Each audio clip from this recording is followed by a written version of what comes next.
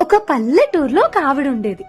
ఆవిడ రోజు ఊరవతలున్న బావిలోంచి నీళ్లు తోడుకుని వాళ్ళింటి దగ్గరున్న డ్రమ్లో పోసుకునేది. ఇలా తోడడానికి ఆవిడ దగ్గర 2 కుండలున్నాయి. ఒక కుండ చక్కగా బలంగా ఉంది, రెండో కుండ మాత్రం కాస్త పగిలిపోయి వీక్ గా ఉంది. ఆవిడ అయినా కూడా రోజు ఇవే కుండలతో నీళ్లు తెచ్చేది.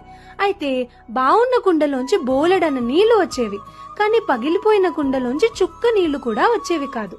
రోజు ఆవిడ అయినా కూడా ఇలాగే చేస్తూ ఉండేది. ఇదంతా చూసిన పగిలిపోయిన కుండకి బాధ అనిపించి ఆవిడతో ఇలా అడిగింది, అసలు నేను దేనికి పనికిరాను, అయినా నువ్వు రోజు నన్ను తీసుకుని ఎందుకు వెళ్తున్నావు? నా దగ్గర నుంచి నీకు చుక్క నీళ్లు కూడా రావట్లేదు, నువ్వు అంత కష్టం నా కోసం ఎందుకు పడుతున్నావు అని అడుగుతుంది. అప్పుడు ఆవిడ, అయ్యయ్యో, నువ్వు డ్రమ్లో పడే నీళ్ళని మాత్రమే ఎందుకు చూస్తున్నావు?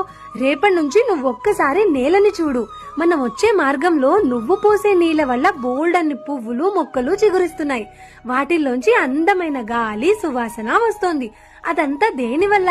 నువ్విచ్చే చుక్క నీటి వల్లే. ఇది ఆ అందమైన కుండ చేయగలుగుతోందా? లేదు కదా అంటుంది. దానికి కన్ఫ్యూజ్డ్ గా చూస్తుంది కుండ.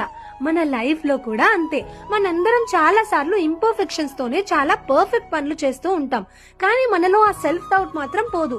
అసలు ఎందుకు, నేనెందుకు ఏం చేయలేకపోతున్నాను, నా దగ్గర ఎన్ని ఫ్లాస్ ఉన్నా నాకెందుకు మంచి జరుగుతోంది అని అనుకుంటూ ఉంటాం.